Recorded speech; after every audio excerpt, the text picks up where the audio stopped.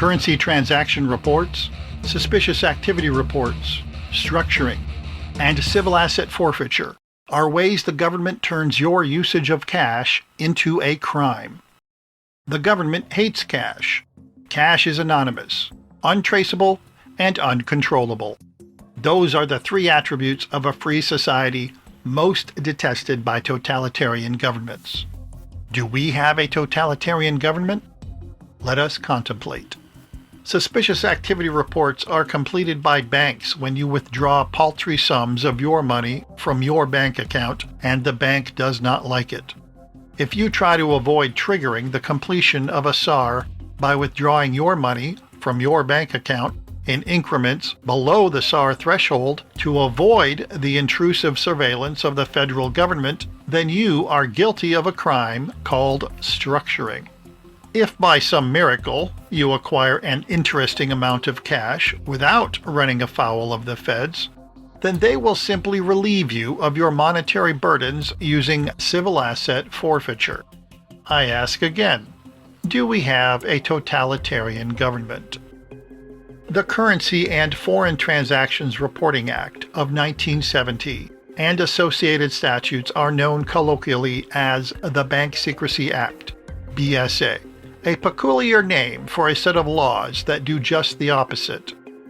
George would be proud. When the act first passed in 1970, daily cash transactions with your bank totaling more than $10,000 triggered the filing of what is now called a Currency Transaction Report, or CTR. The intention of the BSA was to identify potential money laundering and other criminal activity, and a $10,000 daily threshold seemed reasonable given that was the annual salary of the average American in 1970. It would indeed be suspicious if the average Joe, Jane, Juntao, Noriyuki, Saeed, Sathvik, or Denzel were throwing around their annual salary on a daily basis. $10,000 would buy 3 or 4 new cars in 1970. Today, that will buy 1/5 of a new car.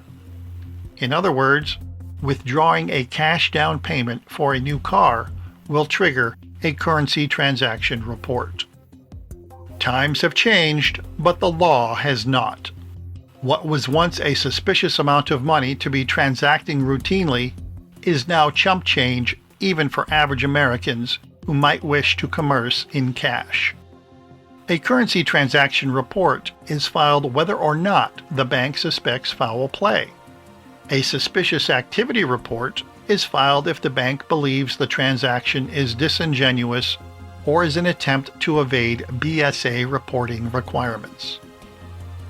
The transaction threshold for filing a suspicious activity report is $5,000. The threshold for reporting currency transfers is $3,000. For example, if you send more than 3 large to your Nigerian business partner, the bank will report your transaction to the feds. There is no threshold for suspecting violation of the Structuring Act.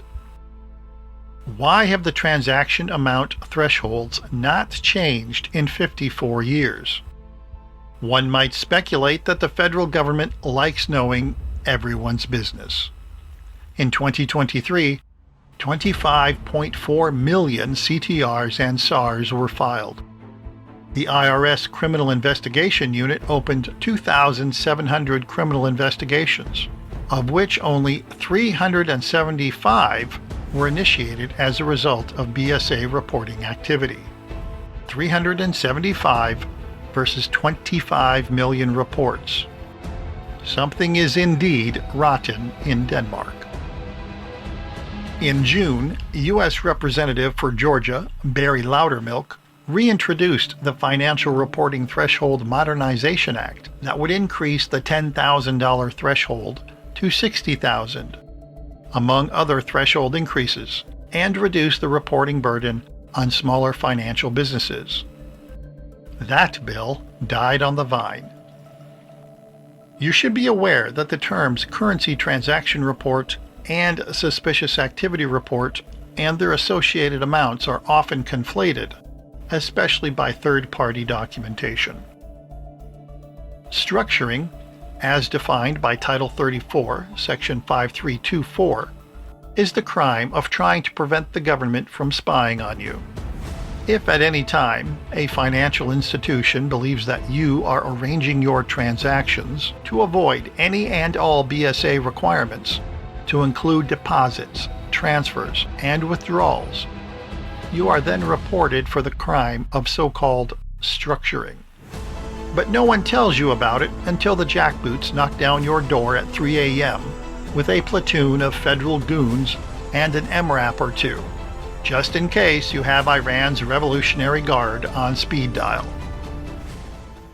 Originally, the Structuring Act included the term willful, but after the Supreme Court ruled that the prosecution was required to prove the defendant's knowledge of the Structuring Act, Congress was all too happy to remove the word willful from the statute. Civil asset forfeiture is a fleecing technique used by city, state, and federal governments to relieve innocent persons of their cash and property, unencumbered by tax statutes and constitutional protections. It is the single most heinous violation of personal rights employed by the overclass, and is a Lamar Jackson-worthy end run around the Constitution. Civil asset forfeiture occurs when your property is seized in connection with an alleged crime, but the owner of the property need never be suspected, charged, tried, or convicted of any crime. The property itself is charged with a crime, and because property does not have constitutional rights, the property is quickly divided between local law enforcement, the State Attorney General's office, and the U.S. Marshal's office, depending on the jurisdiction of the seizure. In 2023 alone, $470 million was forfeited, or perhaps more accurately stolen, from citizens and split between federal and local governments under a program called equitable sharing. 25 million transaction reports filed, $470 million forfeited. Not to mention the 2 million people on the terrorist watch list who do not know they are on it, are not allowed to know why they are on it, and have no recourse for being removed from it.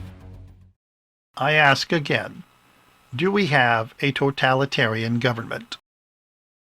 I am Mark Jacobin, and this is Jacobin Reaction.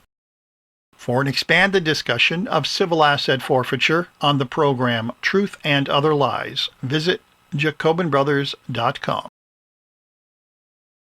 Remember to subscribe or follow this account for more indecisive commentary, pithy prognostications, and chewy satire. This has been a Jacobin Brothers production. All rights and lefts reserved.